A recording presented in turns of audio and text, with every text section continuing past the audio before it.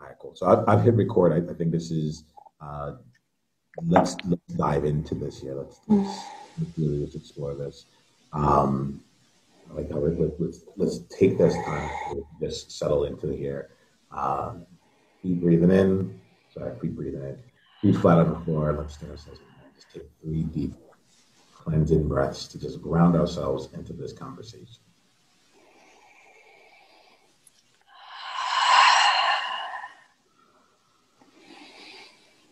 With each breath, we find ourselves just a little bit more supported, a little more grounded.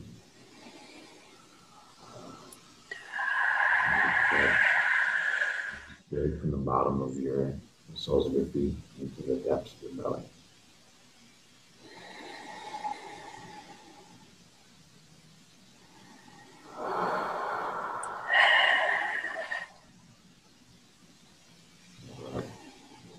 When you're ready, let's go ahead. We can come back. We can play. Um, I appreciate being in conversation with you, Brooke. The just sharing about the different things around that have been flowing through my mind as well in different areas. And I think more than anything else, I'm here to jam with you. I think that said this is let's just create this place as a place for you to explore some of these things. Um, I'm not bringing deep coaching, although it might show up. I just want to be someone that's in the conversation with you to help you explore some of these things and bring my curiosity on your behalf. And I'll be honest as well. I'm walking down my path, and it looks similar in different ways. So there's going to be some things that come up where I'm like, oh, I'm navigating this. This is how I'm going through, or even questions that I bring in. We're really just going to just kind of jam with each other. Are you good with that? I love jamming with you. Right, You're my top 5 jam partners of life. I take that is like high praise. I was ready to go, and I was like, wait a minute. Um, but I think you brought up a lot of different areas that all feel really important, and um, the thing that's coming for me, I want to talk about each of them. We can bring because they're all really concrete. Um, the thing that really stuck out for me was this element of the work that you're doing seems to be shifting. Right, the work that you're doing seems to be shifting, and as what was going on for me was okay. The way my mind works is on what level does all the things that you're that right now are I actually it's not know. even mind. I know what it is. Yeah, what is It's it? about leadership. Tell me more. I knew where you were like that. I was like, yep, got it. And I wrote down leadership because the issues I see across, like the things that are breaking my heart right now, Yeah. um, are caused by a lack of accountability and a lack of leadership. And when I think of leadership, it means service and calling, a belief that what I do matters and impacts others, and I'm responsible for that. Um, and also that I'm willing to rise to that challenge. And I don't mean it's not even just about me right now. I'm speaking about leadership across those sectors, across like these issues I see happening.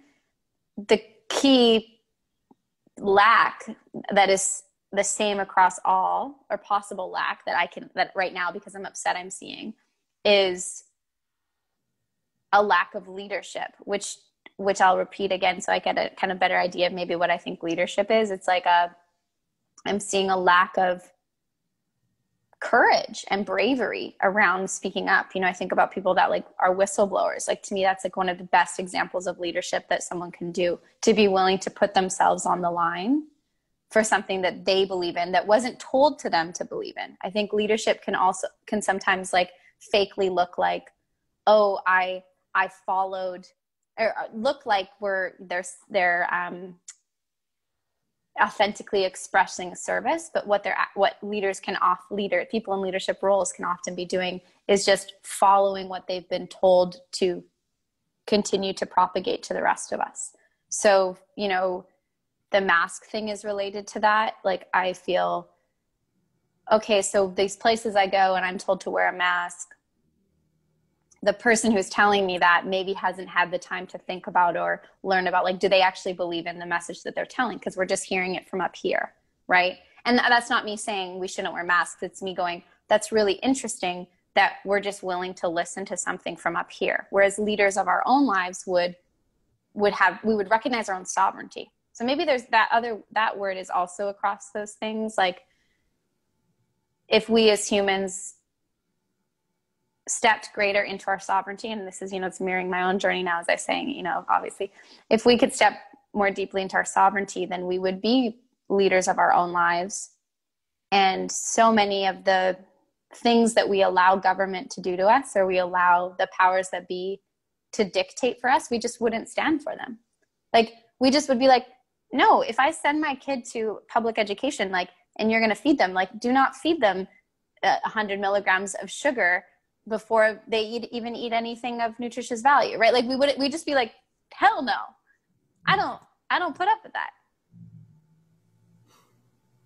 Yeah, I'm like, so there's a few different things in here that I just want to make sure that we're calling out. One, with a few different definitions of leadership that came out for you. Really respected for just like taking the time to see, like, what does that actually mean? Because leadership is a word that's like thrown out in different ways, but for you, there's a specific portion that right now you're feeling like there's a deficit of. You also had a definition there around, no, it was actually the word sovereignty. I don't think there's a definition that came out there, but that seemed like it was an intentional word along the way. What is, like, when you said sovereignty of self and such, what does that mean to you? And make sure that I'm entering your world. Yeah. So, like Viktor Frankl, when, as a psychiatrist who was in a concentration camp, and afterwards he created this like different psychiatric field or this like methodology called like logotherapy. And his whole thing, the book Man's Search for Meaning, his whole thing is like, if we have a meaning and a purpose, like, we can get through anything. But what he's specifically saying is that no matter what external situation is happening to us, no one can take away our mind. No one can steal from us our choice our ultimate choices, which is how we see things and how we show up. And to me, that is sovereignty. Like, wow, he lived in sovereignty, because even though he could see the injustice and was in, horrible conditions, was completely oppressed, he chose to see himself still as an empowered being at whatever level he was like able to get at that point. So that, to me, that's sovereignty. So we don't say, oh, nothing touches me, but there is a part of you that nothing touches. Maybe that's what it is, So it's not that like nothing's affecting me, but there is a part of me that is impossible to be affected. It's here, hey? It's like, oh. I'm feeling that. There's for me, oftentimes people will talk about resilience. When you talk about that, it's from that word. A lot of times people talk about resilience, and I actually have like a relationship to that word that is like, I'm not the biggest fan. I want it. Like, I think people should be resilient, but I'm like, oh, if we're making this concerted effort to be resilient, like, why are we stopping at just resilience? Yeah. If you get knocked down, let's get you back up, right? I'm like, why aren't we working on what would it take to be steadfast, so that when something comes your way, like, you aren't knocked down, but you're able to withstand, or be able to hold yours and be with that. I also think about like the anti-fragile, which is, if you get knocked down, you come back and you're even stronger. But there's an element of being steadfast, like a tree, like grounded, rooted within that feels like, when you're talking about sovereignty, that's what that takes me to. That's how I feel it. This element of like, there can be whatever else comes, like, I am rooted enough. There's a part of me that is still rooted enough in me, in this, that is like immovable. And as long as that part is in place, then I can actually continue to move forward in my direction. Yeah.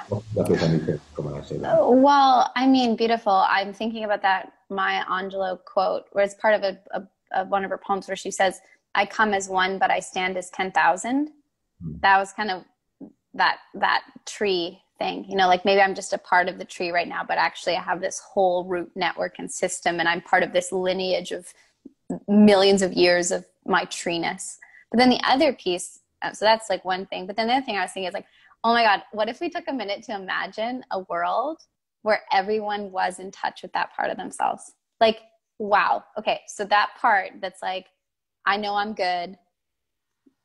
Like I'm a tree. I'm grounded. I'm rooted. I'm good.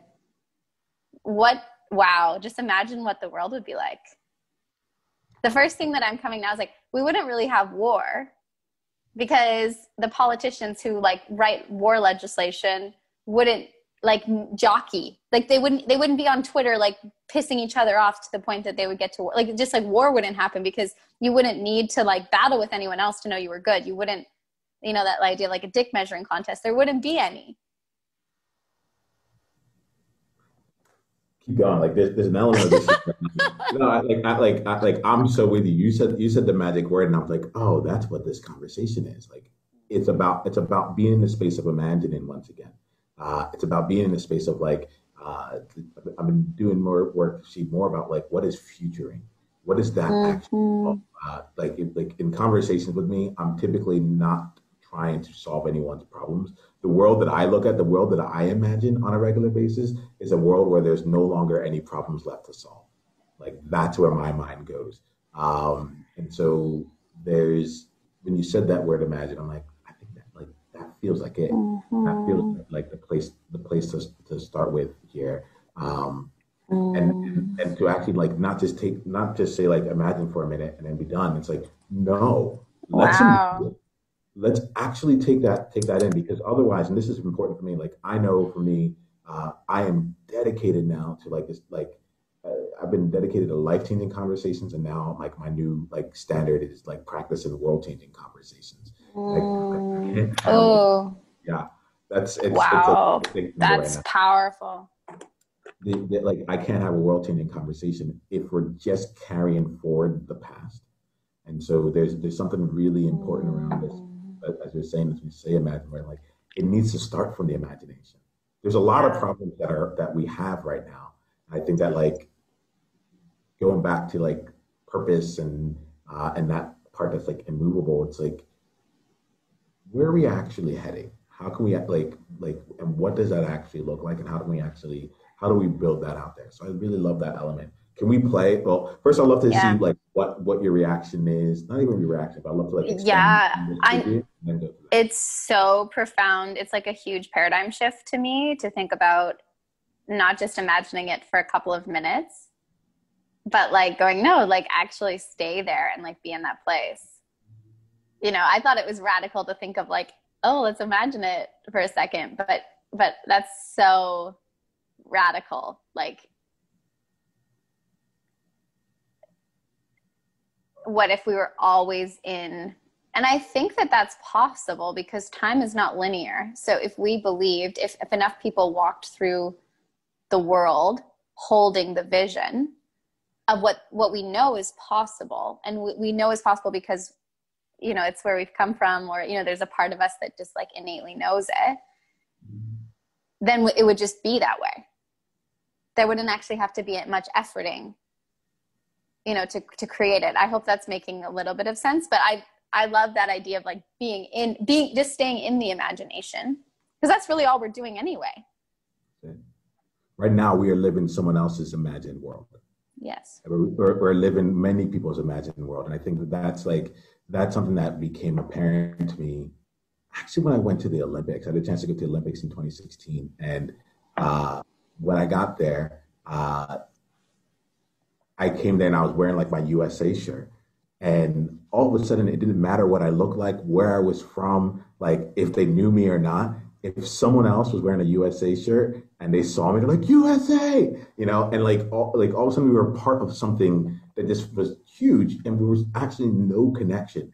And I kid you Wow. not, Wow. I was walking outside and I was seeing all these places, people from all these different places in the world, and I'm like, oh, it's all made up, isn't it? Like this whole thing is made up. And it got me thinking about like 100 years ago, the rules and the made up imagined world that they were living in. And 400 years ago, where like we're talking about like America wasn't even a made up thing at that time. You Yes. know, it's all imagination, and I think that I Yes. think calling that out uh, is important. Like being in the imagination is not daydreaming.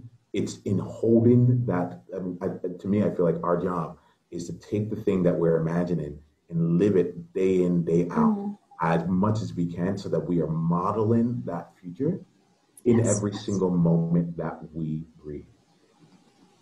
Yes. Mm. That's such a powerful idea, specifically because you're relating it to the Olympics, which is like about the boundaries we create. So yeah, this awesome experience of, if you take just like when you were in the US, you wouldn't be as connected to the other people because of US, because then you're breaking up by like, oh, I'm in New York, you're in Texas, you know, all these, I'm black, you're white. And then as soon as you went into a bigger pool, it was like, oh no, okay, now this is enough of a similarity, so we're connected. So it's like, okay, so if we all just had a world celebration party all the time and we're like, oh, you're a human, I'm a human, what? Oh my God, human, we're connected. Just if that was the only qualifier, Wow. it is the only qualifier. Well, like let's play this out here. I love this space. Like I'm exploring the concept I'm calling an open inquiry, which is to like really allow the questions to lead us in this conversation, and to not and to like see the questions, because the questions are the things, the path to the new destination. Like to me, what feels like Mm-hmm. futuring for me is like the ability to keep asking better and better questions and to spend time in those questions. And imagination right now is really playing. Mm-hmm. Um, but there's it's interesting because I'm realizing like in real time, like, oh, this is part of the reason why I show up the way I do and why like I started the business that I did and so forth. What got me when I went to the Olympics was like you were just talking right now about like we created a bigger group. We just like we're like, oh, okay, you know what? The black white thing's not going to work here. Like I'm in another country, and I want to feel connected to others. Let me find what's similar. Okay, USA, great. We're all from like the same country. Here we go. Uh, and it messed with me because I was like, I had been working in a company, a tech company, helping the leaders of different diversity and inclusion groups, and I was like, oh wait, like like we might be sitting our time on this earth. It might be about racism or sexual orientation or like ableism or so many other social causes, but like it is in it has been like I'm going to say it's in our human nature. I don't know if that's necessarily true, but like for it, humans do this. They find different ways to group and classify people, Mm-hmm. and then they find different ways to like create more I don't say levels and different ways of distributing power, right? So Mm-hmm. even in a diverse environment, it doesn't necessarily mean that everything is like on the same level, right? Yes. And so that got me thinking. You just said human to human, and it got me thinking about like play this out. Like where does it go? How does this actually work? And not to work against it, but to like if we as humans actually lean like if this is what we do, if we're going to find different groups, like rather than Mm. don't do it, it's like what's the powerful way of Yes. doing that? Yes. You know. Yes. Um, Yes. let me get your thoughts on that. I'll keep ripping with you. So there's this really powerful book called The Fifth Insight, which is based on the Celestine Prophecy series. But like the Celestine Prophecy is James Redfield, I think, and it's written as, I haven't read it, but it's fiction. But The Fifth Insight is a nonfiction that kind of explains the book and like the theories and the philosophies of the book. And so there's this one idea that has stuck with me since I read The Fifth Insight, where it's that we all have, before we came to the planet, our soul decided and had an intention of who it was going to meet on this planet, because the soul knew what its mission was, and it was like collaborating with other souls and went, okay, well, if I'm going to come to earth like this, in this type of a family that's going to give me this type of an experience in this type of a country, in this type of socioeconomic status, so that my soul can do its work. And if your soul's work is this, that's kind of related to mine. So we should be a soul family, and we should like maybe not, we're not going to be born on the same block, but like that we're going to be connected somehow. Let's like set our lives up as best we can now, because we're going to forget as soon as we're born, so that we would interact with one another when we get to the planet. So you know that feeling you get when you meet someone, you're just like, oh, I feel like I've known them for years, or like you just kind of get them. The idea would be those are people from your soul family. So our soul family as a grouping, in the book, it talks about how it's kind of organized about like missions. Like maybe your group mission is like to increase cohesion among humans. You know, maybe your group is like to care for the earth, the planet. Maybe your group is like to learn more about health. You know, maybe your group is like supposed to be the protectors of some way of being on earth. Like, you know, that your soul up here. So it's not necessarily like this is all the doctors, but it's like, oh, you all have a similar mission to honor tradition or what. I don't know, you know, this is like silly now, but you hear what I'm saying? Cause I don't know what the soul families would be, but the idea is that it's our souls that are more related or less related and are meant to connect so that we can learn certain lessons, because our soul just is experiencing itself, right? And just wants to like go through and have many different experiences. So how would we, how would we be willing to maybe identify our soul family and then share, if we could connect with our soul family, maybe this is one of the beautiful things about Zoom right now, is that maybe we can connect with people all over the world and get them all in one room at once. Because maybe I have someone in my life that's part of your soul family, right? That you need to connect with. You know, when you do that, when you're like, oh, I met someone and they just have to meet my other friend so-and-so. Maybe that's us recreating soul families on earth. Let's see.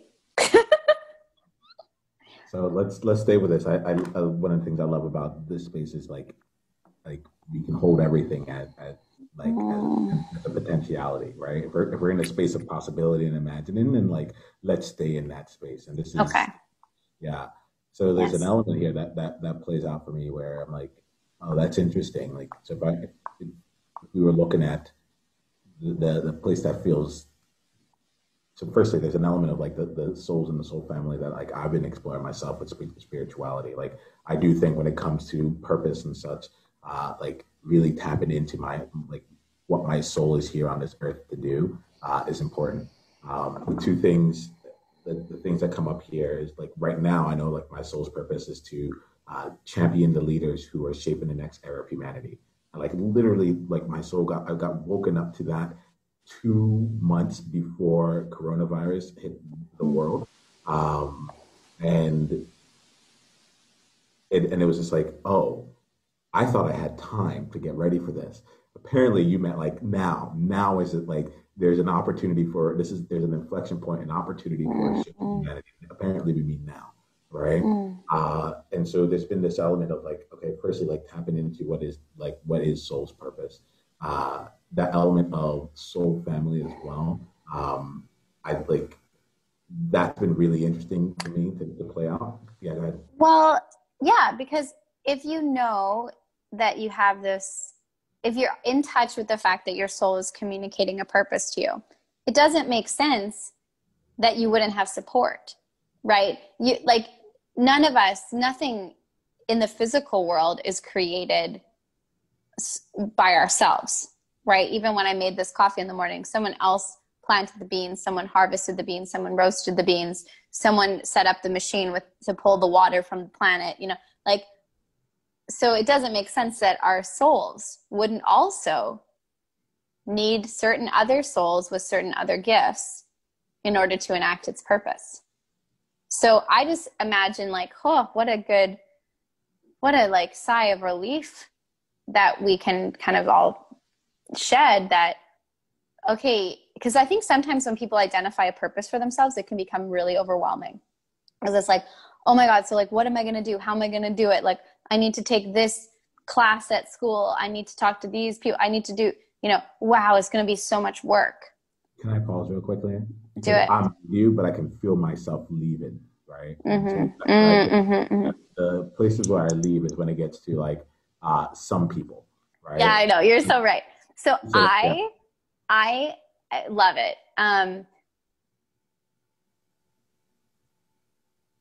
I think a lesson that I'm like learning in this moment that I need to be learning is that I could ask for help and I could trust that whatever bigness my mission seems to feel like, if when I get in a sense of overwhelm about the things that I'm supposed to do or what I need to do, I can remind myself somewhere in the world and already connected to me in many ways is a soul family that's literally here to help me do it. That I am supported in doing it. Like I it's not like I don't have to do anything alone. And that is actually very terrifying. That's very scary. Tell me why.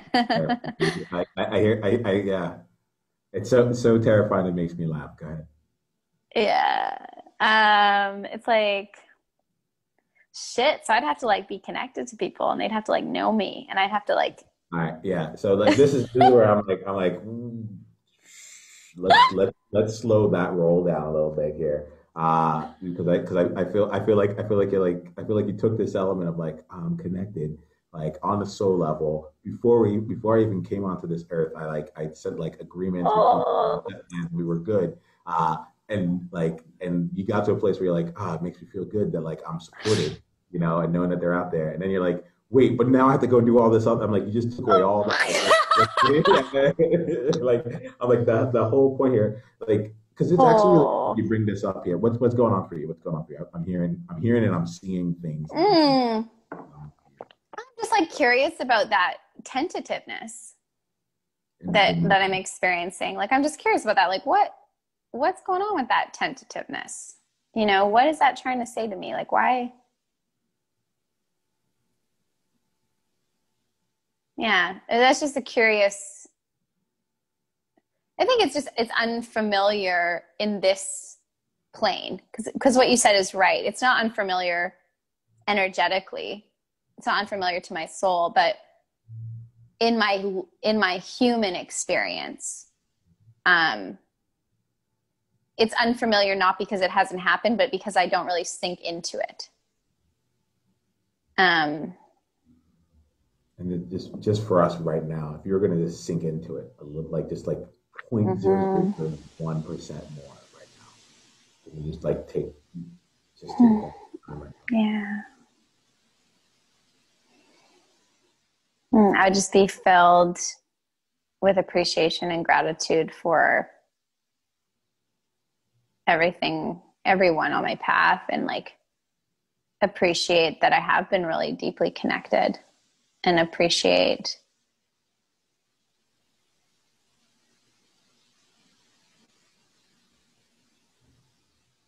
I just appreciate everyone. I was just like, wow, my gosh, so thankful. Can I pause real quick on that? Because I'm hearing that like this one actually feels like it's possible in this moment.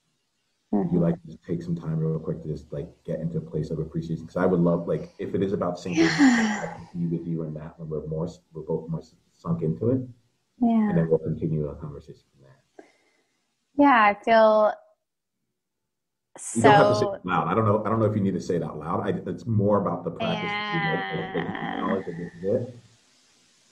You need to take some time to appreciate, so we can think that a little bit. So I just feel grateful now. I just feel my heart has expanded more, and I feel more like compassionate. I just am like, feel cozy.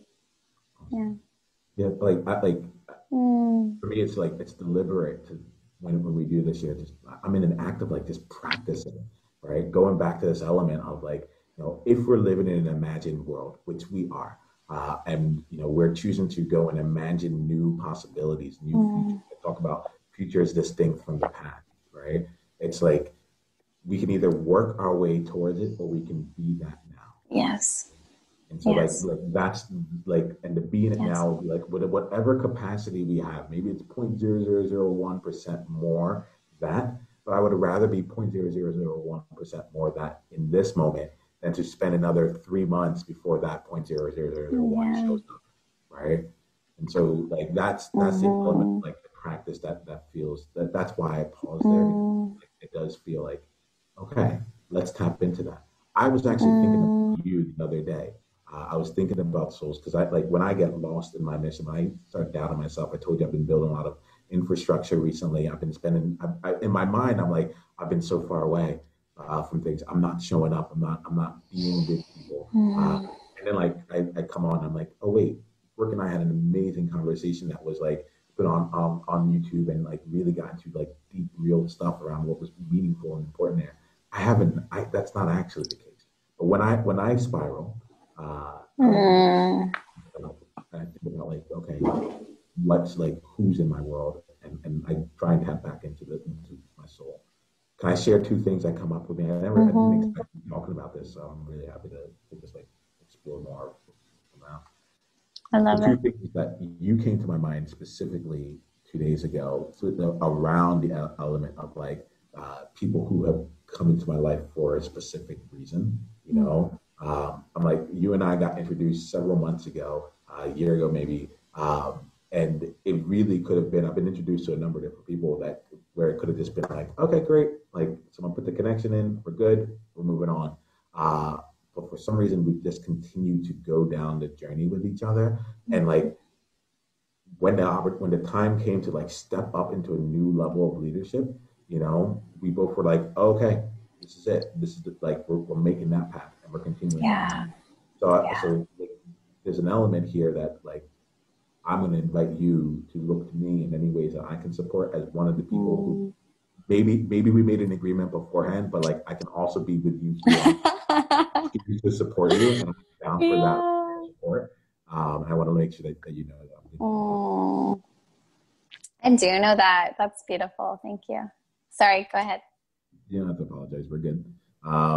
The second thing is we were talking earlier about like it feels like your work might be shifting, and I haven't right now, and this is my own personal belief. Like I'm adopting beliefs that actually continue to support how it is that I feel like my soul's like the work that this is here to do. I'll learn later on about which beliefs were right and wrong.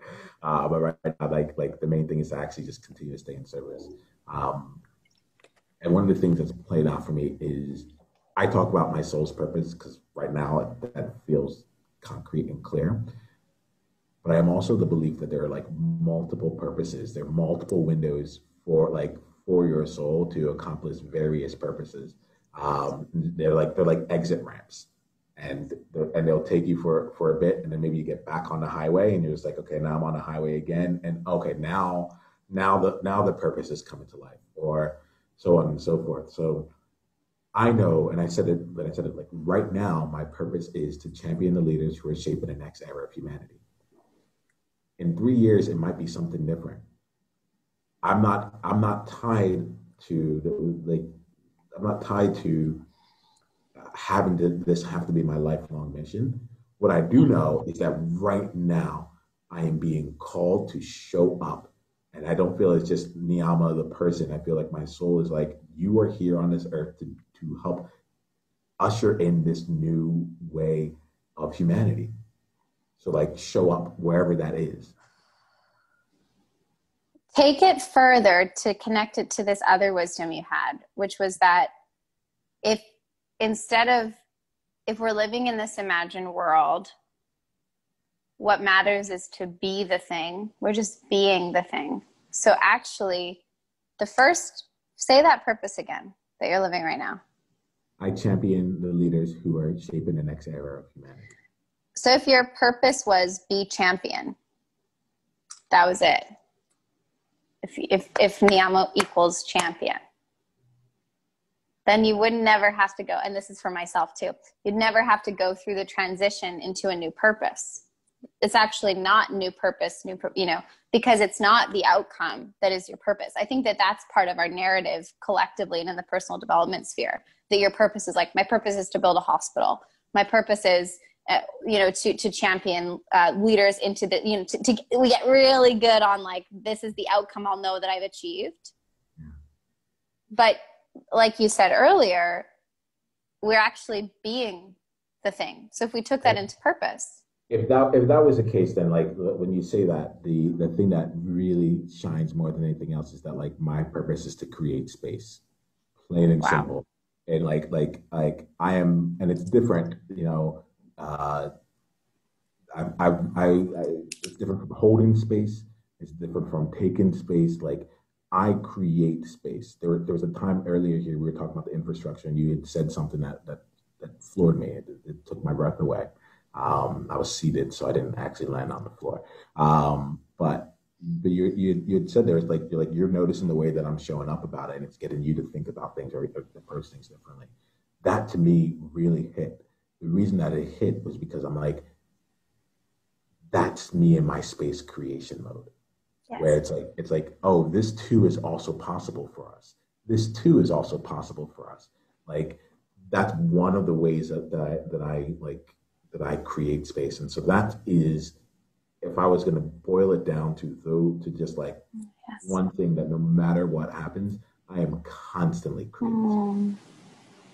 Mm-hmm. Mm-hmm. It has a lot of different ways to look, but like I'm that is, literally like, I'm like seeing this. So like, give me 1 second. yep. Oh, my pen is running out.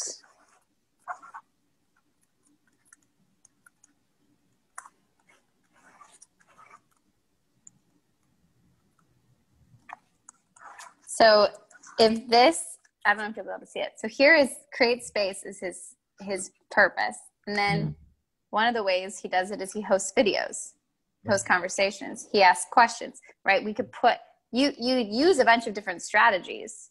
I have so many strategies. Like Yes. it's so interesting because the realization of that as like part of like what I do, and what I'm here for was, it came up from a dance. Someone asked me to do a dance break during a conference, and Yeah. I just turned it up to an 11, and people were like, the way you led that dance party. I was like, what do you mean? I was just like, the way you led it, it was electrifying. And they're like, I felt that I could dance. I felt more comfortable shaking my body because of the way that you were up there. And I was like, oh yeah, like this is what I do. Like I remembered that I heard that. I remembered that that's how like my life is. Niyama, what if we're in a soul family whose mission on this planet is to create space? That would be. What? I'm down for that. What? I'm very down for that. Are you kidding me? Yeah. I'm That's freaking cool. yeah. I'm I'm very, very good with that. I think that's it. That's it. Like, and that becomes also the fun part. I think that's it. Especially as I think that's it. Like as a space creator, I'm like, I want to have the space to change my purposes in need, as needed. I want to find different ways to experiment and bring us together. Like created like imagining is part of that new space that we're looking at, and saying like, okay, this space didn't exist beforehand because we were focused on our problems. But if we actually look to what it is that we want to actually bring into the world, how much more space is that? I think that's Mm. also the truth when you're talking about the sovereignty elements of it too. Um, that to me feels like creating and holding space, where it's like creating your space for yourself, where it's like, no matter how much other space is taken, this space is mine. You know. Yes. So yeah, this is one of the first times I've put it out just that directly. But at the end of the day, that is like at the core of my brilliance. It's like even the principle of this conversation behind it, it was just like, this is a space to not have to have any answers. You know, to come and explore new things. Like it's in the creation of space, and I have a lot of different modalities having conversations like this. Like there's a number of different ways. I think I get tickled about this. I think I'll actually speak to this in an upcoming, because this does feel like it taps into the brilliance of me. Yes, it is the brilliance of you. And probably if you looked back on all those moments in your life, in your history of like when you felt really aligned, you'd probably be able to just say, to similar to the dance experience, like, oh yeah, I was creating space. That was like my soul was just resonating and saying, yes, this is what I'm here for. When kids, you want to know what so you're about to have a baby. The first two kind of words, not first words when they're kids, but like that children, as they become sovereign, like become their own beings, start to use the most are no and mine, right? So they start learning that they can like no and no and mine, you know? And so I was thinking about all the things we actually would have to say no to in order to claim mine.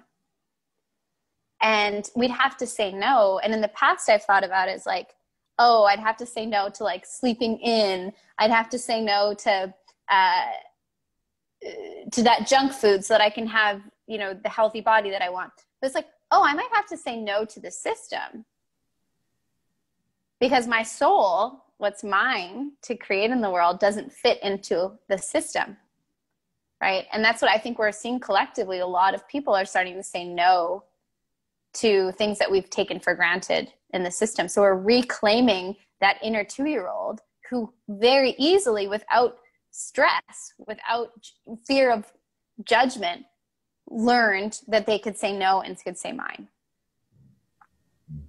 And it's just like this is connecting somehow to me, this idea of how we were as children and then what was taken away from us in our sovereignty as we aged, because we believe we need to be a certain way to fit.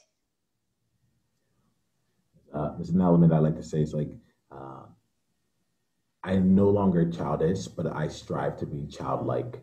Like, Yes. I like to be able to, as an adult, learn again how to be a child, Yes.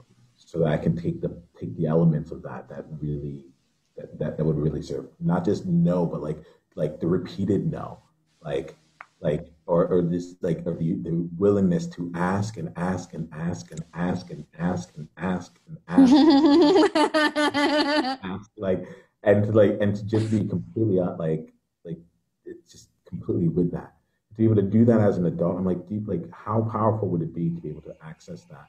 Now I'm in the space of like treating.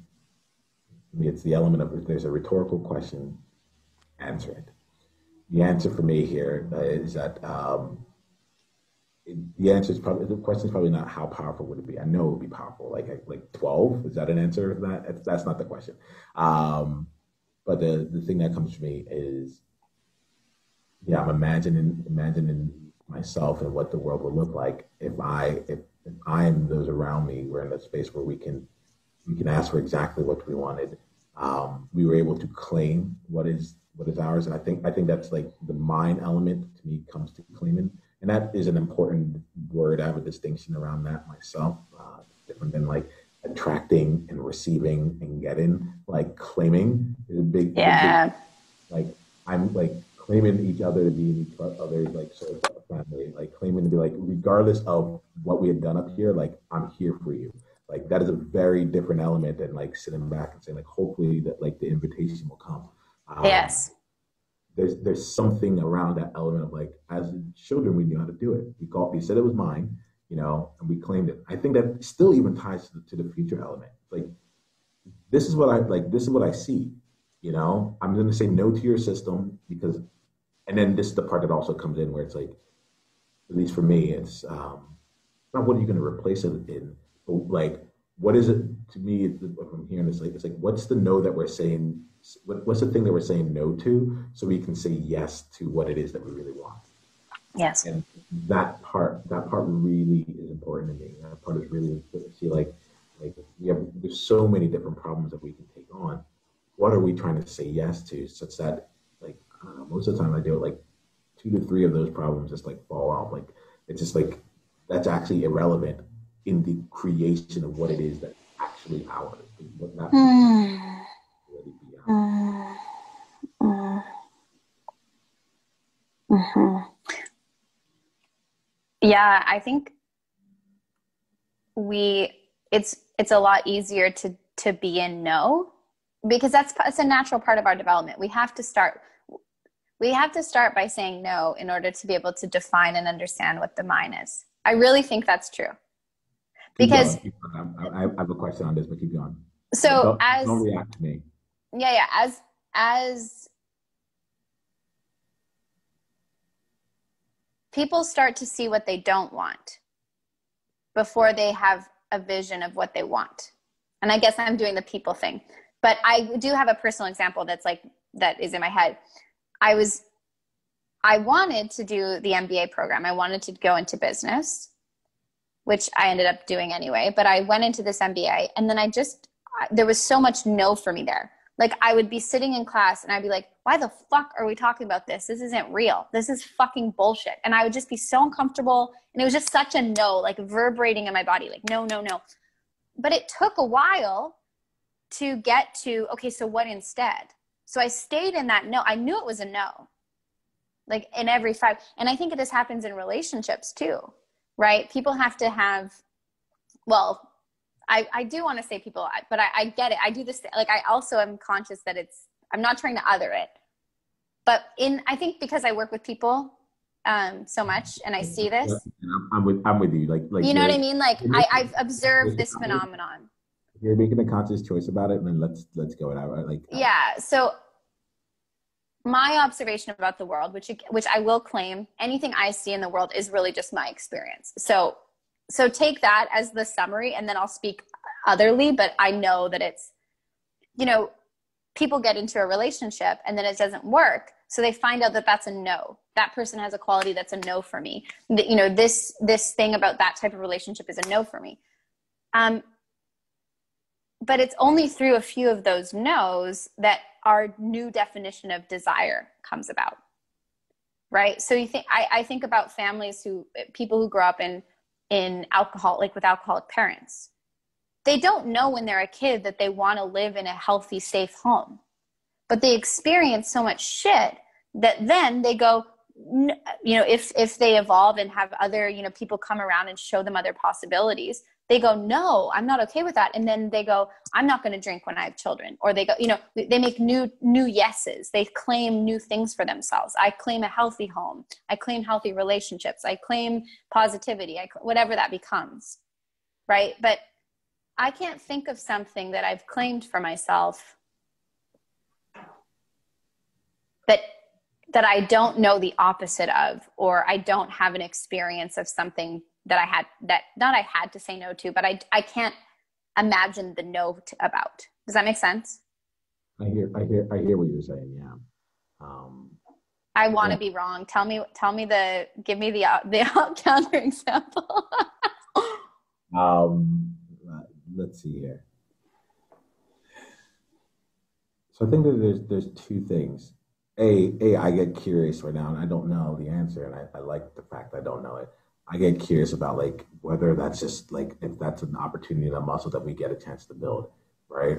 Because part of my issues with challenge with taking on social injustice and other types of injustice here is that the focus tends to be on what we don't want. That's my experience about it.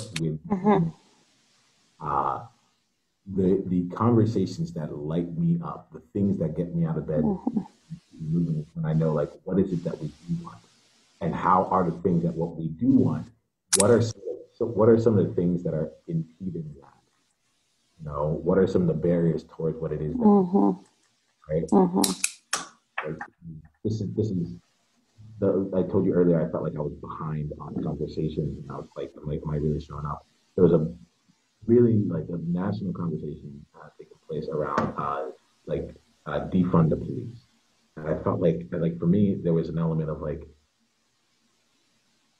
I couldn't find the places where people were talking about what it is that they wanted, such that like the funds would be used in other places, right? And I feel like eventually I started to hear about like because I remember my reaction to it right away. I was like, "Ooh, hold on, this like people aren't going to go for this, like does it need to go here? Like that's radical."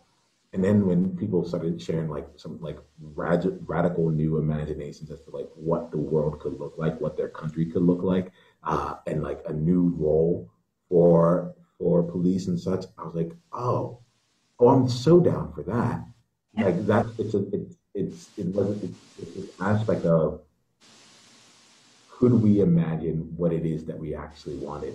And something, so I think it also works in like, I think there's an element that works in the opposite way, like where it's like until you know what it is that you really want, sometimes you don't recognize what it is that like isn't getting you, Yes.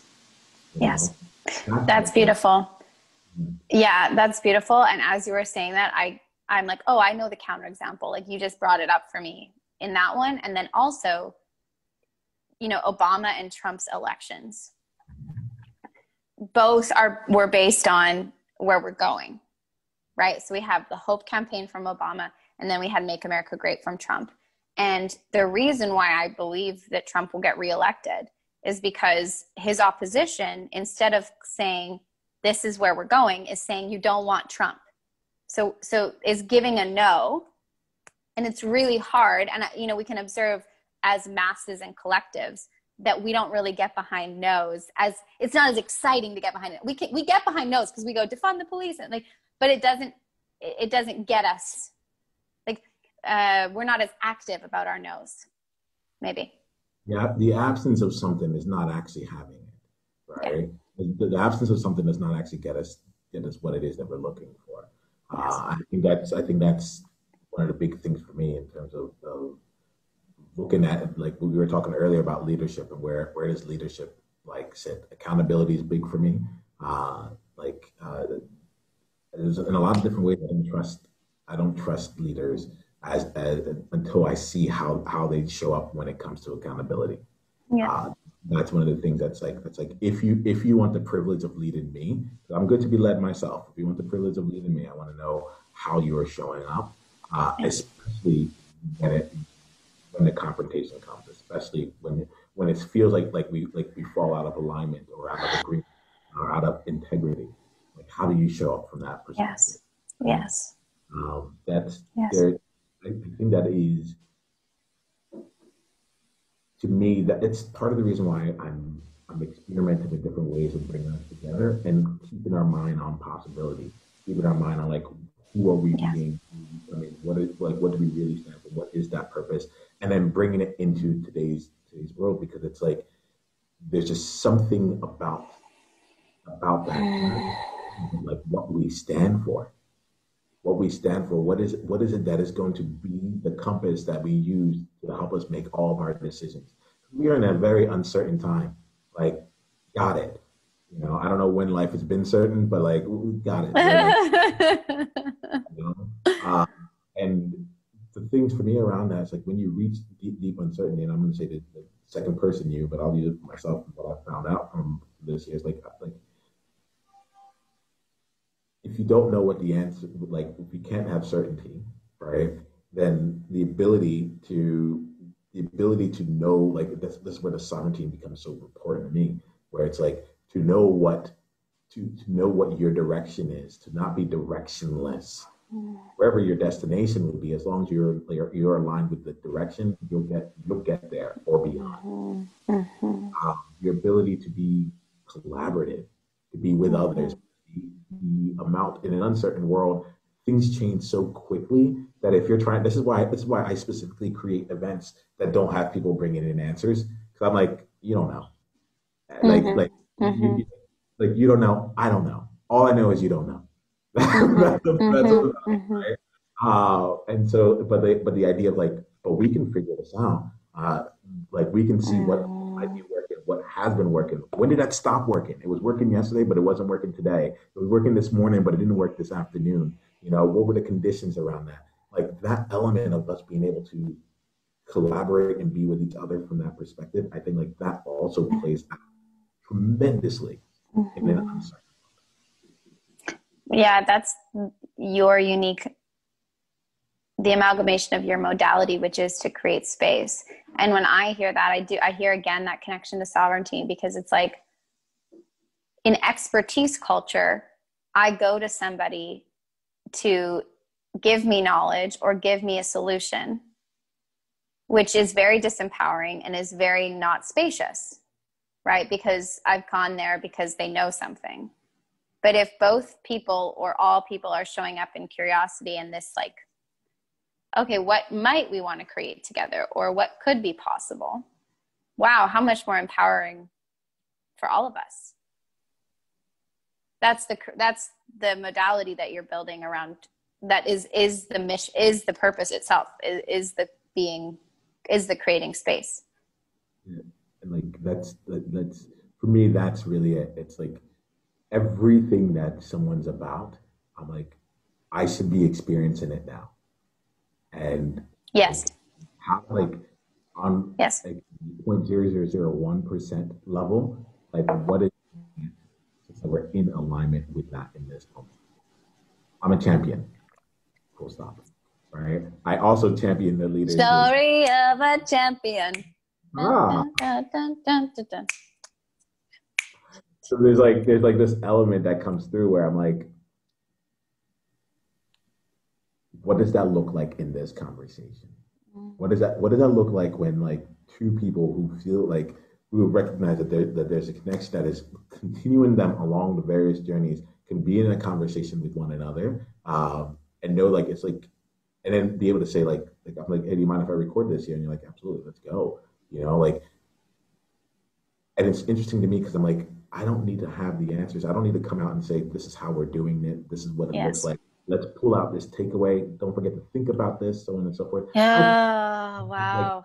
but like it's in the interaction Yes. that's here. It's in the new things that are being. Yeah. And like the feeling I'm leaving with is, oh man, I got work to do. Let's get this good going. Like this exciting, enthusiastic, like, okay, like it's a replenishing of my own yes, like, oh, okay, like I can get going. I'm going. It's like both like a trust that like I am doing it, and also like okay, so let me just keep doing it without having to think. Like it kind of takes me out of what am I gonna do? How am I gonna do it? And I'm just like re-energized with like, I'm doing it. I'm being it. That's it. That is like, look, I appreciate you bringing it to that. I really do appreciate you bringing it to that because that's it. We're playing infinite games. We've chosen to play an infinite game, something that may not be done in our lifetime, and that Yes. when we are done and when we leave this earth here, we are going to pass it on to other people who are going to take on and do things in their ways, right? And so that element there, like the element of having the energy to sustain the energy you is massive, you Yes. know. So I'm like, it's Mm. from Well, that's the accountability piece, like in leadership. Actually, because what I do and the energy I show up with affects other people, I kind of have to. And part of being a leader and being accountable is taking care of myself, oh, yeah. and the one that just fucking gets me, Yana, that I've just been like about, this new book by Trump's, is it his cousin, this female psychiatrist? Yep. And people are like, and I'm just like, duh, he had a traumatic childhood, and like the man is just living out his trauma. So it's like, duh, like I'm not freaking surprised here. Like, write a book about it. But then it's like, we cannot accept that of our leaders. I can have compassion for him that he experienced that. But if you are stepping into a leadership role, you have to clean your own vessel. You have to be taking care of yourself. You don't have to be healed, right? You don't have to have had no trauma, have gone to therapy for 10 years. I don't need that, but I need you to fucking own that I'm not whole, because none of us are whole, because we've all been traumatized and had things happen to us. The responsibility of a leader, if you're going to kind of what you said, if you're going to lead me, I need to see how you're being. I'm like, if you're going to lead me, I have to see that you're doing the work and that you own that you're broken.